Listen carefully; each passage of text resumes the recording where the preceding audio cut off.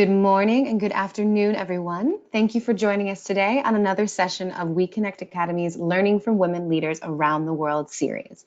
My name is Sarah, and today I am very excited to introduce Lisa Bragg, the founder, CEO, and strategic force behind MediaFace, a Toronto-based consulting and content creation firm. MediaFace has produced award-winning content for corporate, non-for-profit, and government clients. And Lisa herself has spoken about being an entrepreneur, media trends, content marketing, and the creative workspace. Her expertise really lies in creating strategies that turn business problems into assets and complex ideas into engaging stories. So today, Lisa will walk us through the audience journey loop step by step and help us to recognize opportunities for engagement and leveraging existent and new content at the right times to deepen relationships with clients and consumers. So we are very excited, and I will let Lisa introduce herself. But first, I would like to remind all attendees that you are in listen-only mode. So if you have any questions throughout any time of the webinar, either during the beginning, middle, or end, please write them down in the chat or Q&A boxes, and I will make sure to read them aloud once the webinar is completed. Please remember that this is the one chance opportunity for Lisa to be here live giving this webinar series, so please make sure that you ask as many questions as possible since it's a really great opportunity that she's here with us. Also, the recording of this webinar will be available after today's session and will be emailed to all the attendees. It'll also be available on our YouTube channel. But as I mentioned, today is the live version, so questions are always necessary. So with that, I want to say thank you, Lisa, for all of your time. We're very excited to hear from you, and I will turn it over to you. Thank you so much, Sarah. I really appreciate it. And I do really welcome questions throughout. And then also I've left lots of time at the end so that we can get deep into any of your questions about content marketing or about the audience journey overall. So keep thinking of them as we talk through this morning. Okay, so it's a bit of it's a bit of marketing 101. Oh, hang on already. There we go. Why am I having, there we go. No technical problems this morning. A little bit of business 101 for everyone. So the funnel, the concept of the funnel imagines a wide swath of potential buyers at its mouth, representing first awareness of a product or service, who then drop off, unfortunately, towards the funnel's conclusion, which is typically and traditionally the conversion to a sale. I don't know why this isn't going this morning. There we go. Okay. So this is what it looks like. You probably remember it from a marketing textbook, and each slide, see, I have gremlins in here this morning.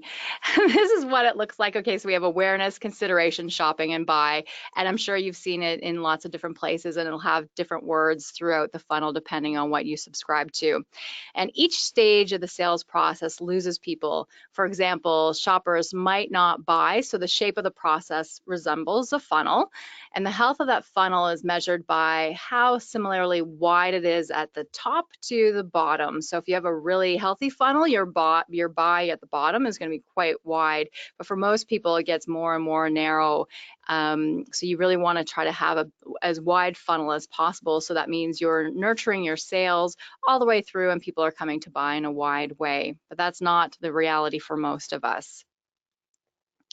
So the funnel takes many forms, and this is you might be familiar with it when you look at your Google Analytics, and it employs a funnel visualization, and it's for marketers looking to see where users drop off on the path to conversion. Now, we've seen people push through the funnel, and that's often the frustration you feel. So you can feel when you're going through somebody's funnel, if it's fast especially, and it's a frustrating process on either side. So if you're selling and you're using the funnel, why are people dropping off? What's going on? How come we're not going through? Especially if you're working with a sales coach, it makes it quite frustrating because they're saying you're losing people here, but you really can't figure out where it is that you're actually losing people because it's not defined enough. And so also gets quite complicated here too. The funnel is actually quite an antiquated way of thinking about how your customers interact with your business. Nowadays, they drop in, they drop off anywhere, and the funnel has way too many holes in it. So it's almost like instead of being a funnel, it's like a colander for spaghetti, and it's all coming out. It's not really the funnel that people had envisioned it, and it's just not working for today's audiences. So you need to think beyond the model of the funnel, or risk losing opportunities to build long-lasting relationships with your audiences. So I'm not asking you to read all this, so don't worry about that. So just how antiquated is the funnel model? Well, the funnel model was first coined in 1924 by William W. Townsend. This is an excerpt from his book, Beyond Bond Salesmanship. So we're not going to read all of it, but I want to take a look at a few key words in here and look at his language choices. So we have funnel. Then we have the word forcing. So ideally your customers, they want to be your customers. You don't really want to force them into a funnel or force them to do anything with you, especially right now. People reject being forced to do anything. I don't know if anyone you've tried to force them to buy and they just run away right away. One fact, okay, one fact doesn't really work anymore. There should be many roads towards your products. Even the word problem, I'd prefer to think of selling to my customers as a privilege and not a problem. So we have problem, we have forcing, we have one fact. Those things just don't fly with today's customers, clients, and audiences. And we also won't harp on the word salesman, which is also antiquated in its own right too. So yes, Bill, the funnel has modernized to suit the type of products now available like Google, but it hasn't modernized to suit the customer. So even though the purveyors of the funnel don't look like old Bill Townsend anymore, we need a new concept to suit a beyond sales approach that builds relationships. The funnel might have worked when there was limited information, limited choice, but now another vendor is just a click away. And our sales process is no longer linear. Now we need to be where our clients are and ready to support them to make the right choices. So, your clients are always, they need much more support than they ever have, and you need to be there for them. So we need to be in the right place at the right time with the right information. You need to be in your sun, and I'll say that a few times during this webinar. Your audience, your clients, your customers, they want to engage with us, which means we need an entirely new model. And that's the concept I'll talk about today. It's the audience journey loop. So here's today's agenda, and I'll let you read that.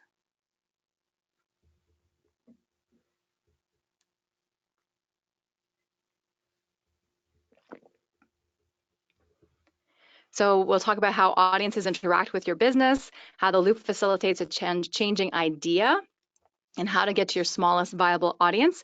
And we'll walk through the loop with some strategies for you, and hopefully you can take them away and apply them to your business today or for your long-term strategies as we think about moving forward in the year. Okay, so the decision-making process is more of a loop of opportunities. So we talked about the funnel. I want you to now start thinking about an infinity loop. This is the audience journey loop, and where the traditional funnel ends at the transaction, the loop frames transactions as just a part of the overall relationship between you and your audience. There are a few loops around right now, but this one we're discussing today is what I learned initially from content consultant Robert Rose. So this is the audience journey loop. So the funnel functions of awareness, considering, shopping, and shopping exist in some of the first part of the loop. For our purposes, we'll call them discover, learn, and try. So we're talking right now about discover, learn, and try. Because this models an ongoing relationship, it goes beyond the transaction too. Adopt and advocate are critical elements of the relationship.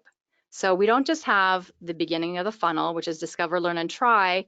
We have adopt and advocate. So it takes it much further than just quickly going through a funnel. We want them to adopt and advocate. And I'll talk more about each of these steps in just a bit.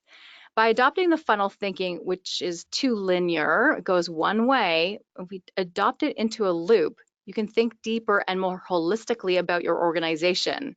You can figure out bottlenecks and you can compare it with competitors and look for new opportunities to connect with customers. So it really opens up your thinking. And when you're thinking about sales and about your marketing, it needs to be much more holistic. And that's where this loop really will help you have that mental model to think much deeper and much longer term about everything you're doing to engage with your customers. So first, it's critical to know how this loop revolutionizes your customer acquisition process. In fact, I don't even talk about people as customers or clients. I really often say the word humans and making sure that we're thinking about people first. But what I want you to do is not, when I say customer, you can think, when I say audience today, you can think customer, but I want you to start thinking about everyone as part of your audience. So you're in the audience business now. And audiences want to get to know you. They want an emotional connection to you. It's about authenticity and long-term relationship building. We want to build loyalty. There's just so many voices out right now, out in the world with all the different points of access to goods, that if you treat your people like audiences, your customers like audiences, they'll start to resonate with you and your frequency, they'll want to buy from you. So in the old world of the funnel, you would try to get as many people into the mouth of the funnel as possible in the hopes of increasing the amount of conversions. And historically and today, this results in a lot of the hard sale tactics, almost bullying customers along the funnel to make that all important purchase. So here in North America, in Canada especially, we get a lot of people still doing telemarketing. That's one of the tactics too that really doesn't build on relationships or thinking about audiences. It's really hardcore, fast, linear, right away selling, and not nurturing your audience and thinking about them. And I don't know about you, but a lot of us don't even answer our phones anymore because it's unknown and we just don't want to have that hardcore sales message told to us. So you need to think of your audience and nurturing them much more than just try to push them right through the funnel and get the sale done. It's not getting a sale done, it's nurturing a relationship all the way through. So what I want you to do is consider the long game and stop trying to close on the first date. So we need to think about it as a long-term strategy, a long-term relationship. I'm not suggesting marriage, but maybe a long-term best friend scenario that you have for life. And that's really the most ideal client to have.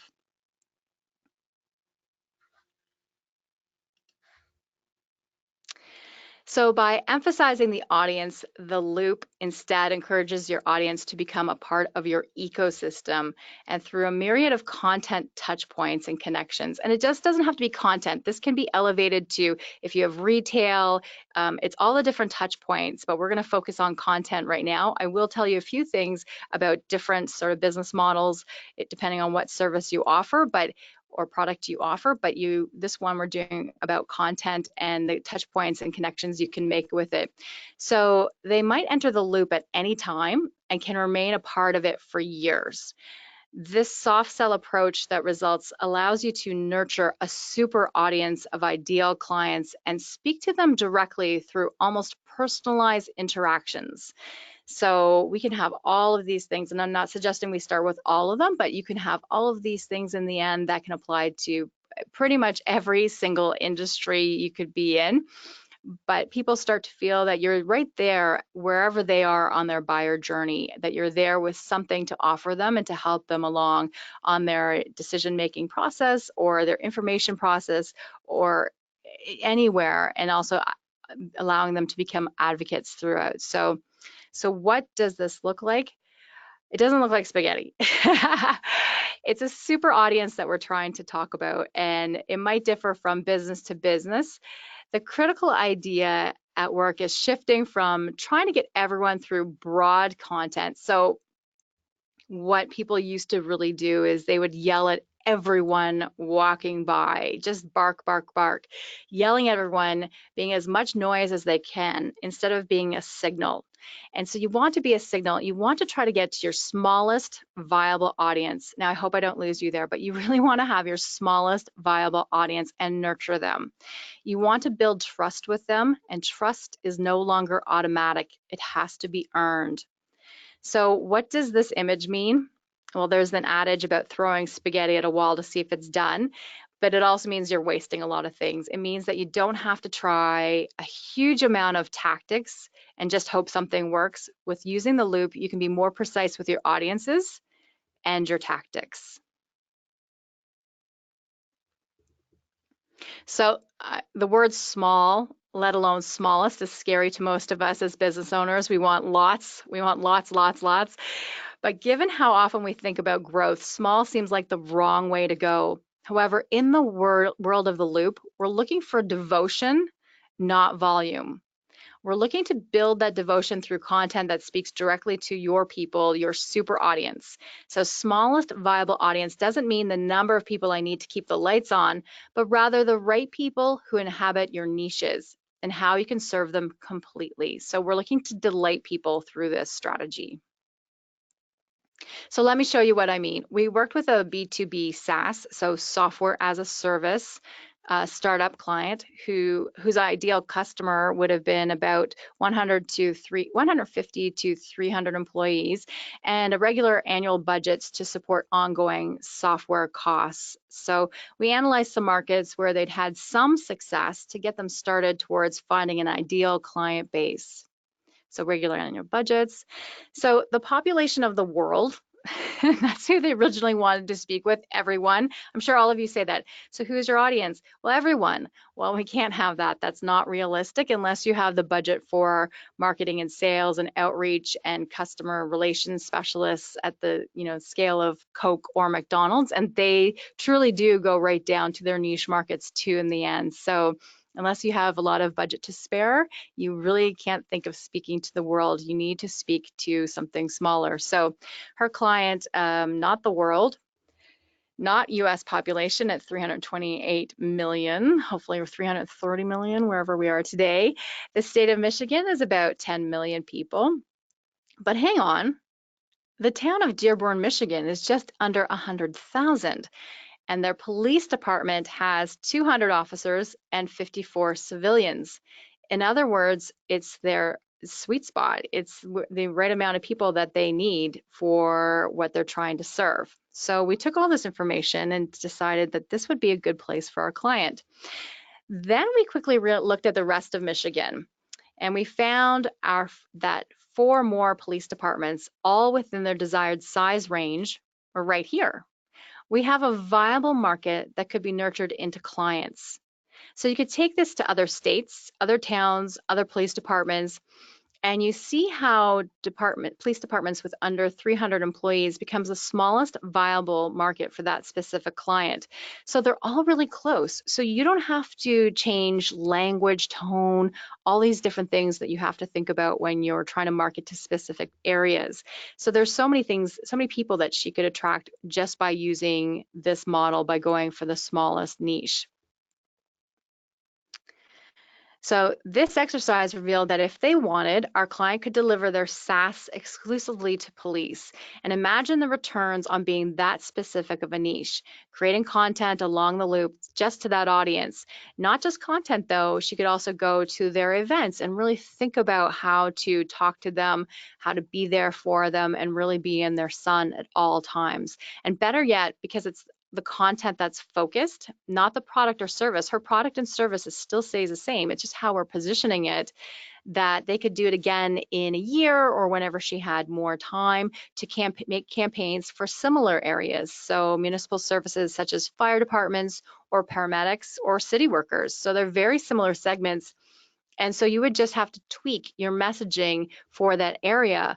And then you would potentially make landing pages that would be specifically for paramedics looking for this service or for city workers. But it wouldn't be as involved as making everything brand new from scratch, from going from city workers, then trying to talk to really high-end retailers. So totally different markets. So you can quickly just take one small market and spread it along throughout it. So I know it's a way to think about it beyond trying to speak to the world.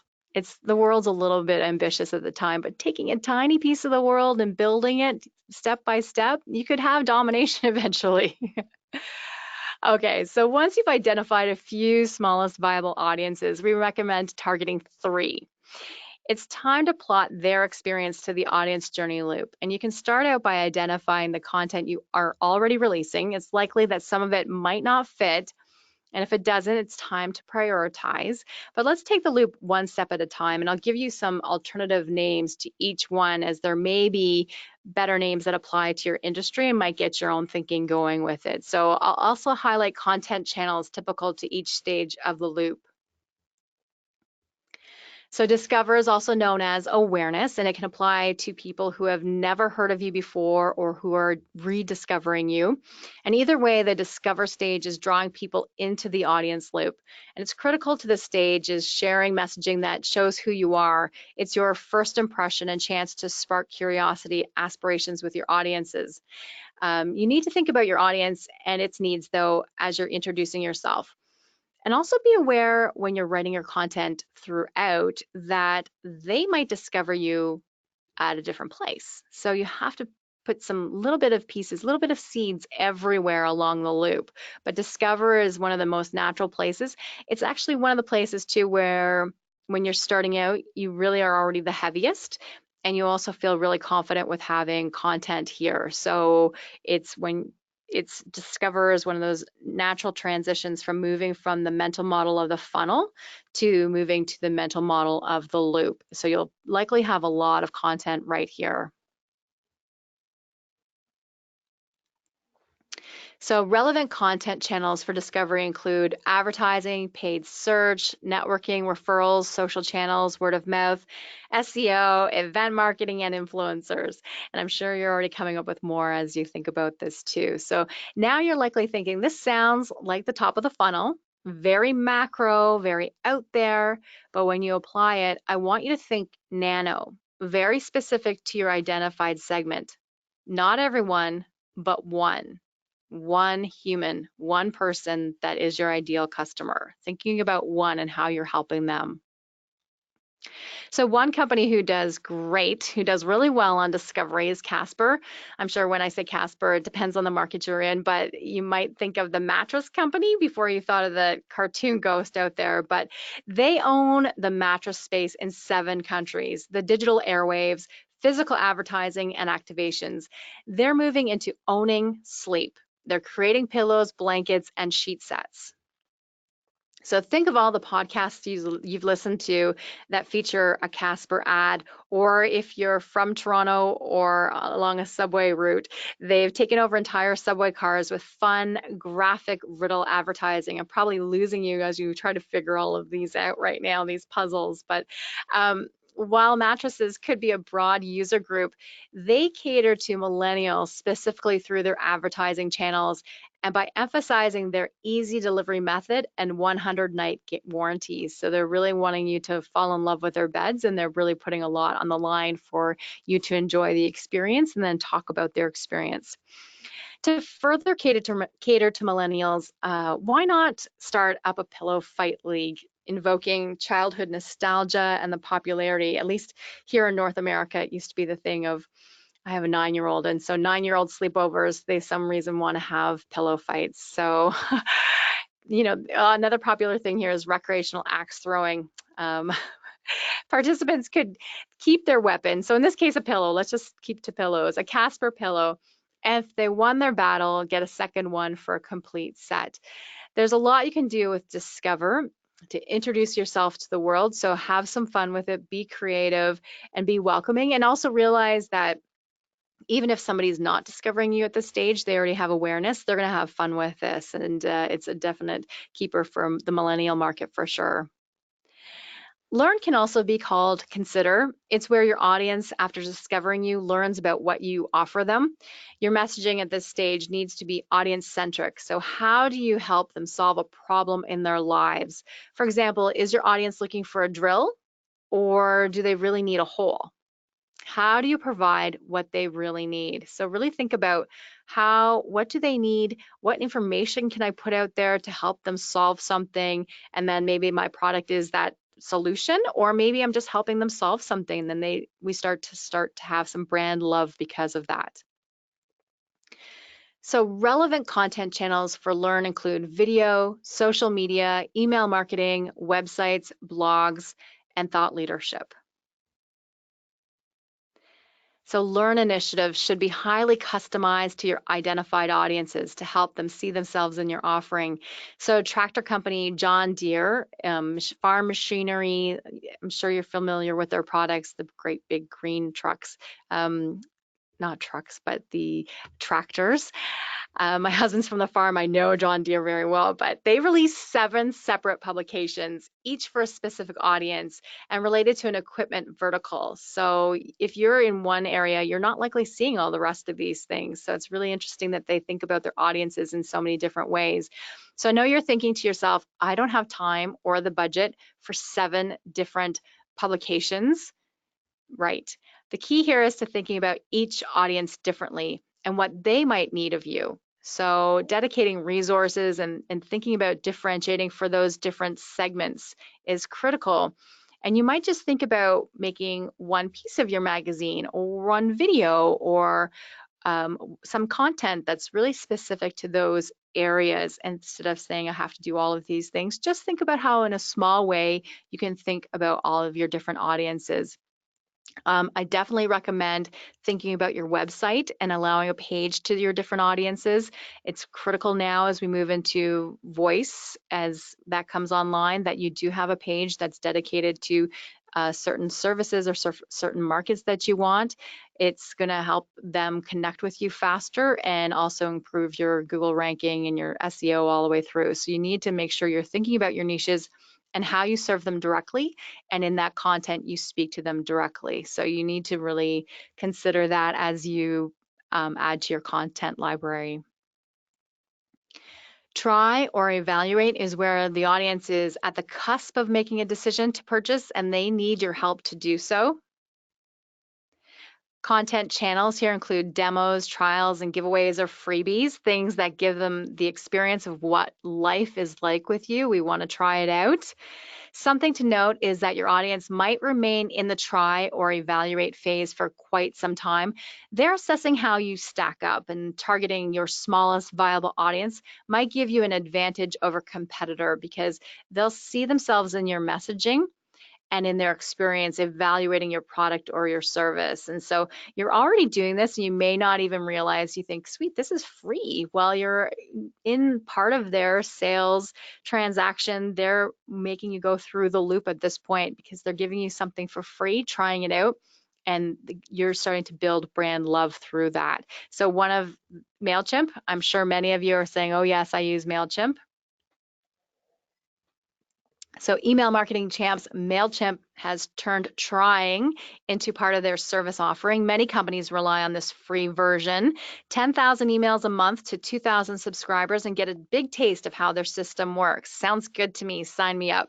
MailChimp's free version turns audiences in the try section into advocates without ever transacting. Email campaigns are sent with the free, or have that information at the bottom. So if you look to the very bottom of some of the newsletters you get or any of the mail campaigns and you see the MailChimp logo, that's because it's part of the free information, free MailChimp try at this point.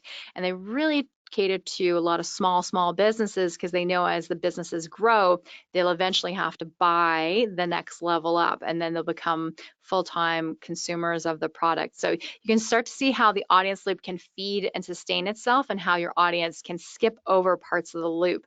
So some people might not ever transact, but they're going to become brand advocates. And I'm almost at that one too. So if they don't skip ahead, the next stop after trying and evaluating is transacting.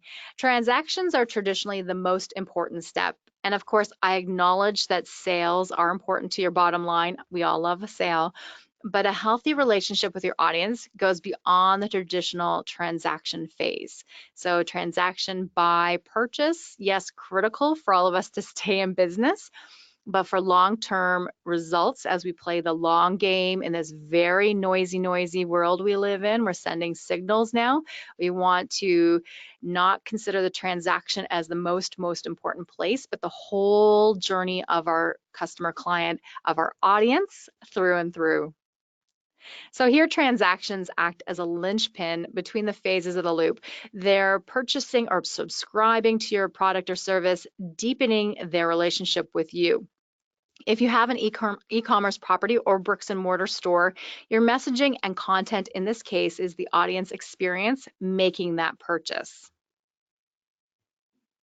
So in some cases, you might have limited control over the audience's experience here, like if you're distributing solely through a third-party retailer. However, that's when your packaging or subscriber email becomes content.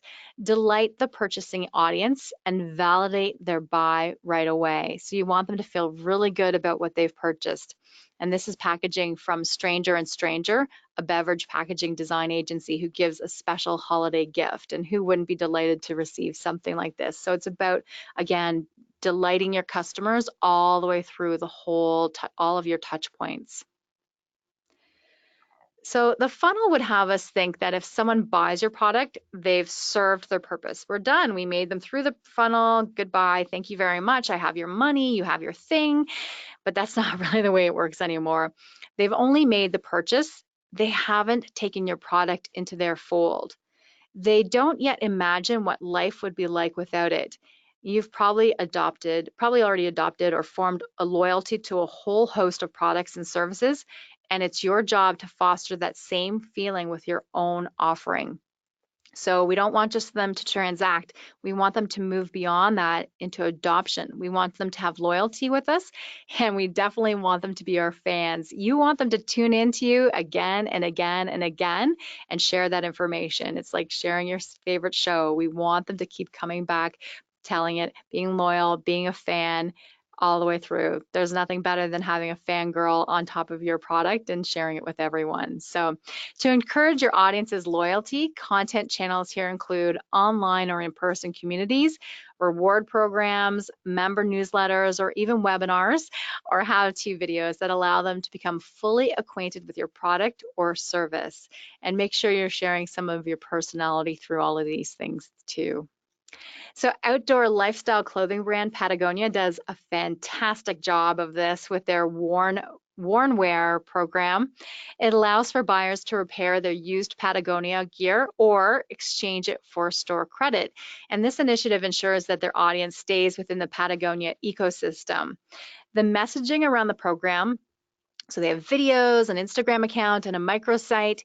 It validates their purchase by positioning them as an owner of longer lasting quality garments and as a friend to the environment. All really important points for anyone who shops at Patagonia. They really care about the environment and sustainability, and they want to have good quality through and through. So in keeping with their extensive corporate social responsibility efforts, Patagonia could give back to the communities they serve by funding an annual scholarship or internship for eco-conscious design students. So there's other things they can do along their loop that could even reinforce this further, all furthering the message that Patagonia owners are good people, because that's what they're signaling to through this campaign, is that we're good people, you're good people, we're all helping the environment through and through. So once the audience has adopted your product or service, their final step is to become an advocate for it. Are they going to become a word of mouth channel, sparking discovery for new audience members? In other words, they've accepted your offering as a way of life for them, but will they encourage others to do the same? So this is your ambassadors, this is your returning customers, this is part of your referral. And by having those advocates there, it just makes your flywheel of sales, and that's another way of thinking of it, really speed up. And so that's why when we think about the loop versus the funnel, there's so many more opportunities. So getting that flywheel, the infinity loop going, we're going to get our advocates who are ambassadors, they're returning over and over again. It's so exciting. Look at our numbers go up, up, up, up, up, instead of the funnel where it's one and done. So I've listed a few channels that could be specific to advocate, but many of the content channels we've already covered can help turn audience members into advocates. Rewards programs frequently request sharing information or reviews in exchange for points, so that's really, really popular. Social media also encourages fans to share content with their networks. So When you make something, they'll just want to share it, especially if they like it, and especially if your content is quality and it's there to serve. They're happy to send it out to the world. You'll have certain influencers, and I'm not talking about paid influencers right now, but people who are just really influential in their community who want to share and help somebody else. They're your advocates, and it's pretty exciting that way, especially when they don't necessarily have to be people who have purchased. So going back to MailChimp for a second, I'll get to Red Bull, but MailChimp, we can see that the audience need not be an adopter to be an advocate. They can do so at the try stage through the free option. Now, if you have enough brand power behind your offering, people at Learn, remember Learn is at we showed on the beginning, but at that stage, Learn, they might be an advocate for you. Never purchased, never tried. Have you ever suggested Red Bull to someone who said they needed to pull an all-nighter for something, even if you've never had the drink yourself? Well, lots of people report that they do. So the Red Bull knows this as part of their brand strategy. They know they have lots of brand love from people who have never used their product and yet recommend it based on the power of its marketing efforts, that people know the messaging, they know the signals, and they know that they're in the specific audiences. So lots of people recommend Red Bull without even having purchased this beverage in the past. So that's interesting to get to that stage where people just know you. They interact with your content without even buying it. So that's the positioning of that is so strong. And if you have brand loyalty and trust, they're all in and they don't even need to know the competitor. So they'll ignore the competitor and just think of you all the way through if you have that brand loyalty, which is interesting for pricing, because if you have a higher level of brand loyalty, you can start pricing in a different way and pricing higher. They're not going to look at the competitor. They love you, they're advocating for you, and you can also show your value in different ways and have maybe more offerings and different price points for that offering. So again, today's audiences might join your sales process at any point in their journey after they've looked at the competition or before they even realize they have a need. So imagine being at that, you're the first person that they land on when Google, they search, that you're that first potential love. They're there, you're there for them. So before they even realize they have a problem and a need, you're there. And if you're there for them early on in the opportunity, you're more likely to be considered, it's much more higher. They'll remember you were in their sun, you were there right away to pitch in and help. Just taking the simple concept of the loop, it's blank right now, but you can apply so much to it. The loop helps us to think about our business as a whole and not just sales and marketing as separate functions distinct from the business. A lot of people put, their sales and marketing. Now we have to think about our whole business, every single piece of it, from HR to operations. Every single step needs to be part of the funnel. I mean, not the funnel ignores it. It needs to be part of the loop. The loop in its full form, when we do consulting with our clients, gets us thinking about everyone, where the funnel did not. So we think about product returns. So why are we getting product returns as we think about all this? Oh, we're really going hard on Instagram. And we know a lot of people from Instagram, interestingly enough, studies have shown they will purchase it, they'll do their shot of the day, their outfit of the day, and then they will return it.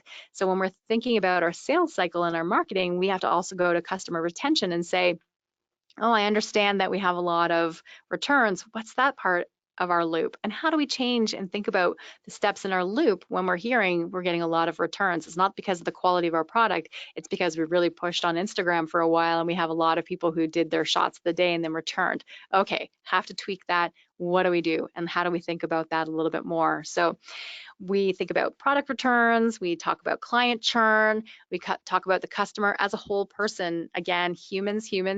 What are humans doing right now?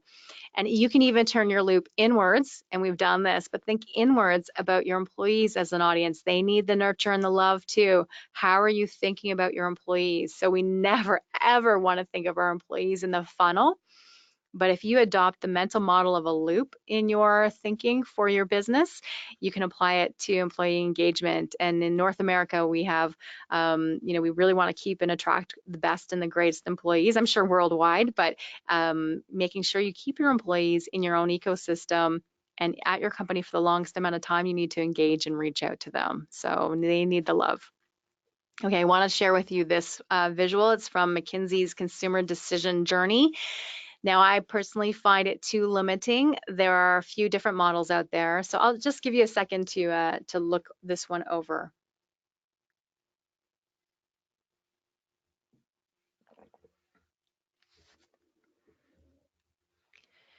So again, I find it too limiting of the experience. It almost feels it's still like the funnel, but just circular. Okay, if it works for you, that's great. But what I'm going to consider is still the loop. It depends on what you need, but where we need to let go of the funnel, at least the funnel to the loop, the circle helps us thinking, moves it beyond that linear thinking. So that's a good thing.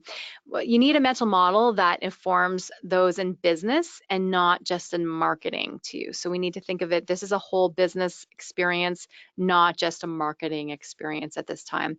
How to enable and empower and not just persuade and promote. So enable and empower, not just persuade and promote.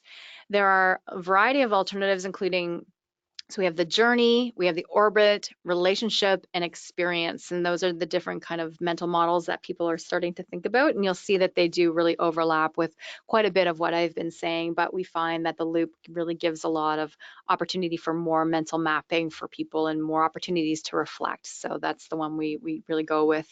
Harvard Business Review suggests that with new models, you think of transactions occur in the context of the relationship rather than relationships in the context of the transaction. Whoa, okay, so I'm going to say that again. Think of transactions, so our sales, occurring in the context of the relationship rather than relationships in the context of the transaction.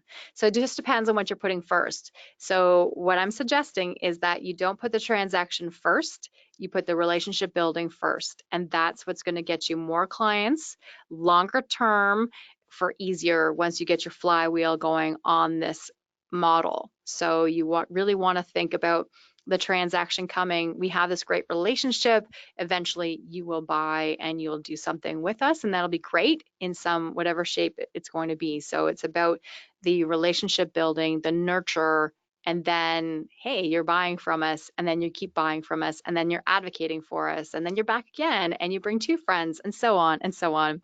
So if you're looking for where to start using the loop in your business, here's a step by step. So plot your existing content initiatives and touch points. So content, also marketing, anything you're doing to reach out along the audience journey loop and see where there's an imbalance. So a lot of clients, like I said in Discover, a lot of our clients, they're really heavy on the pre-transaction side. So they're still really heavy into the funnel thinking. I want you to look for holes and then see if you have a challenge with audience engagement at that stage. So it may uncover that there's a problem with a process, a system, or even a short piece of content might fill that hole. Just something small, something written, a social post, a blog, a video that will fit that hole in the stage that's missing. So it could be something quick, or when you look at the loop, it may reveal that you have a system or process that's actually broken. So again, why are we getting so many returns from Instagram? There's something broken there. What do we need to fix? Or there's something, we're doing all this great outreach, but then when they call for client care, we make them wait 2 hours on the phone, and there's a disconnect there. So it really does expose, when you plot it out and you can see it visually, what's going on and where the problems are. It's the starting point for a lot of discovery. What's missing? What are the implications? So undertake a smallest viable market exercise and identify 3 industries or consumer groups as niches for your product or service. So, and again, you want to invest in audiences, not in buyers. Again, I know we all want to make money, and you will, but you need to think about your people, your customers, your clients as audiences and not as buyers. They will buy, but you need to think of them and give them the love. So to go deeper, though we didn't discuss it today, build persona for those smallest viable market niches to anticipate how they might respond to your content. Don't just do it surface level and think about how we're automatically filling a problem. Make sure you really think about the human, and what the human problem is going to be. So it's not just that we're trying to push our product, we're thinking about the humans, the real humans in this exercise of developing your persona. So revisit your content plotting and see if any of your touch points or content initiatives are too broad for your niches. So tighten them up or throw them away. Then build new content channels in sparse loop areas to your identified niches. So you know where you're missing things, look at it and fix that. Always market to where you are going and not where you've been. So we know where we were, we have to change and adapt in this world. So where are we going as a business? We're marketing to that. We're not just staying where we are or who we were. We have our great foundation, but where are we going? And we're marketing to where we are going. Think about growing audiences, and your sales goals will be supported by this thinking. So by thinking of our customers as audiences, we lose that disposable or got you for life attitude. There's no more got you for life. It doesn't matter if you're on a subscription, people will leave. You need to realize that we have to continually delight forever, forever, forever, forever. We have to make sure that they know that we love them through and through, and they'll keep coming back. So, but if we do delight, we can win not just the sales, but the loyalty and advocacy. So not just sales, loyalty and advocacy. And that brand love you nurture will take your company much further than the funnel, because it's about infinity. So that's it. Looking for any questions and any thoughts on it? I know there was a lot to take in, so I think we can pause for a moment, Sarah, and see if anyone has some questions about it. I put a lot out there.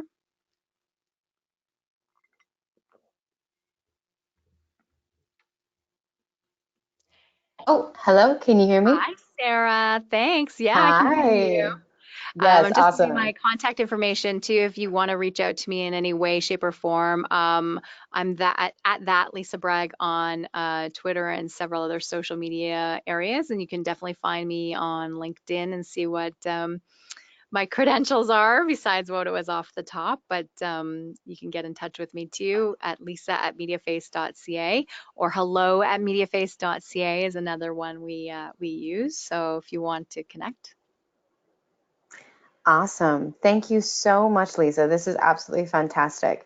We have a couple questions, but I would like to just mention again, as Lisa said, if anyone is interested in reaching out, please feel free to reach out using this contact information. It's up on the slide.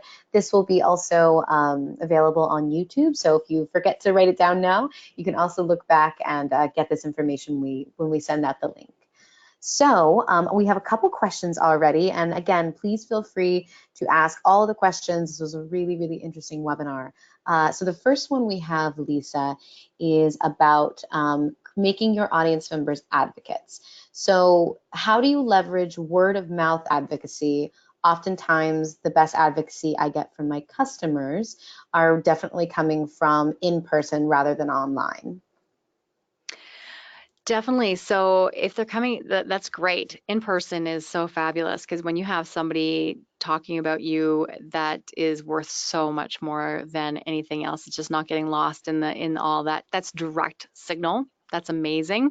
So if you can get them and get anyone to then tell you the story about why they purchased, how they came in, so collecting testimonials in different ways. So it's using they can do a video for you, they can write a social media post, they can do something that you could put on your website. Trying to find out and asking your clients where they found you. So doing surveys. So if somebody comes in the store, or when they're doing the sale, hey, so how did you find out about us? And they'll say, oh, my friend recommended me. Oh, that's great. Who's your friend? And then what we've done in the past too is sometimes we haven't even been their client, but they've just heard about us. We've sent them a thank you note or a small gift. It's somebody we don't know, and just said, hey, thanks so much for reaching out.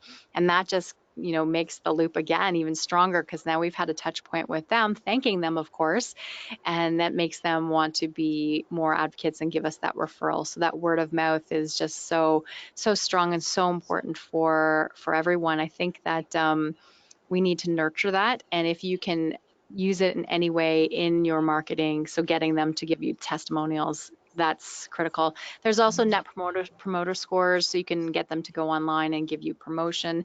You can, Google reviews, and depending on what kind of business you are in, there's a review for everything now. So that sometimes helps if they go through, but having them spread the word.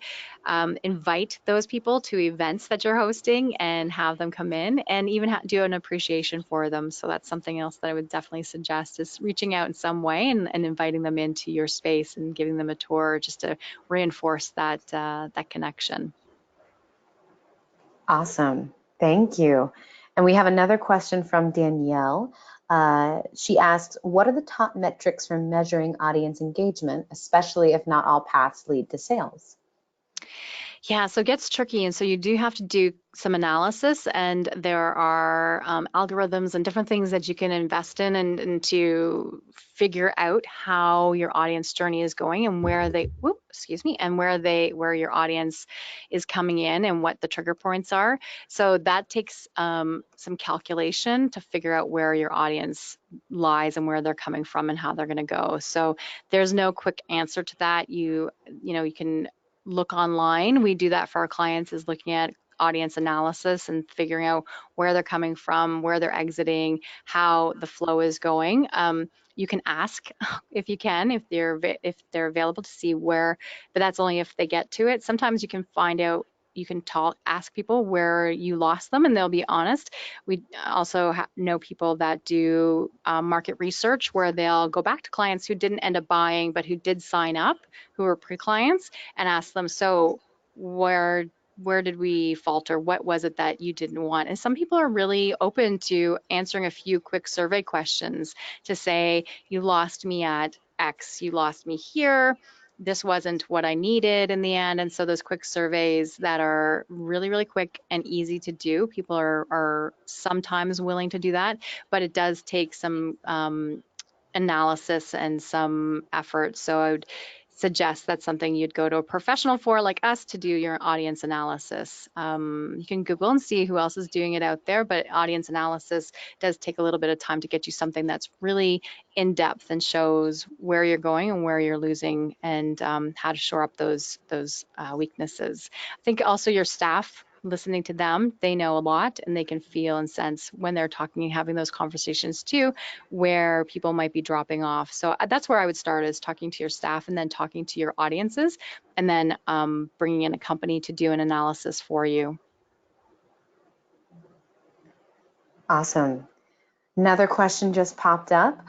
What kind of marketing, this is from Denise, what kind of marketing technology do you recommend to follow the journey? There's a few pieces out there right now. I'm not going to give any specific names into what technology, because technology is changing so fast as to what is working right now. I would hope that everyone has their CRM and they're seeing what pages. So when we're talking digitally, you can see where people are falling off and what people are doing. So definitely having your CRM where you're tracking things, and definitely having deep Google Analytics. What I'm going to say is setting you up for the future. So soon, a lot of these things, even for the audience journey and for your marketing metrics, if you start collecting all the data now, so thinking about what data you need to inform your sales process, start collecting that now. As we move more and more to automation and AI technology, we need to start thinking about what data sets we need to have that information. So this is a whole other webinar and a half, but what are we thinking about now that will help us move our business processes faster in the future, in the immediate future, as AI starts to really move forward for us? So starting to think now about what answers we need to solve, and starting to collect that data, so we have some good data in the next 6 to 8 months, so that we can ask those robust questions. A lot of it now is still not as automatic as I think what's going to happen in the immediate future. I think right now we're still doing much more analysis that takes time and effort, versus what's going to happen with automation and technology sooner than later. So not a great answer for you, I think, with directly giving you something quickly, but I think you need to think about the holistic picture, the tracking across social channels, analytics, sales stats, all those things, and tying them together. I think just that it still takes time to pull those things together versus some sort of quick marketing trick, quick automated marketing information at this point. So that's what I would suggest. So you're still pulling across your social channels, your analytics, and your sales stats at this point. So I'm going to find it and see if there's something that is coming online, because I do know some AI. That's why I'm really thinking about AI and where AI is going, because I think really quickly we'll have a product on the market that will tell us a little bit more about all of the loop and where things are falling off really quickly, and it can analyze it beyond your CRM and those things I mentioned. Lovely. Thank you. So I have one more question. After this one, we might have time for one more. So if there's anyone that was too shy to ask at the beginning, now's your chance. The next question we have, Lisa, is from Jean. She asks, when the learning stage, when you talk about the learning stage, is that also learning about the competition or just your audience? When we think about learn, they're learning. So, I think I need a little bit more clarification about what the question is. Sarah, do you have, so when we're thinking about learn, can you say it again? Yeah, I can try to see if I can ask a little bit of clarification, but they said when you say when you talk about the learning stage, is that also learning about your competition or just your audience? Well, you should always learn about your competition and see what they're doing so that you can offer way more. The learn stage, you hope that your audience is coming to you and to learn about you, and that, but you need to learn about them and you need to learn about your competition. So definitely when you're thinking about your flywheel and getting your loop going, you need to definitely have your audience understanding and your competitor analysis done. Those are pretty much a given for all of it. So you want to have that nailed. But then when your audience is coming to you and learning about you and discovering you and thinking about you, you need to definitely have that information there. I don't tend to go with bashing any competitors or doing any of that kind of information online. I think you want to stay clear of making sure that you're sending the signals of positivity towards your business through and through. I think that you're offering as much as you can so that people can either learn about their own problem and then they learn about the solutions that you offer versus you worrying too much about what the competitors are doing. I think if we're always looking at what the competition is doing, we don't send out the right signals to say that we are the best all the way through and through. So you do need your competitor analysis, you do need that information, but you need to be signaling that you're beyond all that and that you're really leading your area of expertise. Yeah, I think that's a great answer. I think, as you mentioned, the competitor analysis piece is one piece to it, but the learning aspect of really truly and personally getting to know your humans, as you would call them, is really important. So thank you for that. That's awesome. Great. All right. Well, that's all the questions we have. So unless anyone has anything else they'd like to mention, as I noted, this recording will be sent to everyone probably by the end of day today. So you can share it with your friends, you can share it on your social media pages, and you can also, as we mentioned, always reach out to Lisa if you didn't get to answer any more questions. Or ask any more questions. So Lisa, thank you so much again for sharing your insight. It has been a pleasure listening to you. And thank you for everyone who tuned in today. And hopefully we'll catch you during our next webinar series, which is in not next week, but the next Thursday. It's every other Thursday, just for your benefit. And yeah, thanks so much again, Lisa. Great. Thank you for having me. Great. Bye, everyone.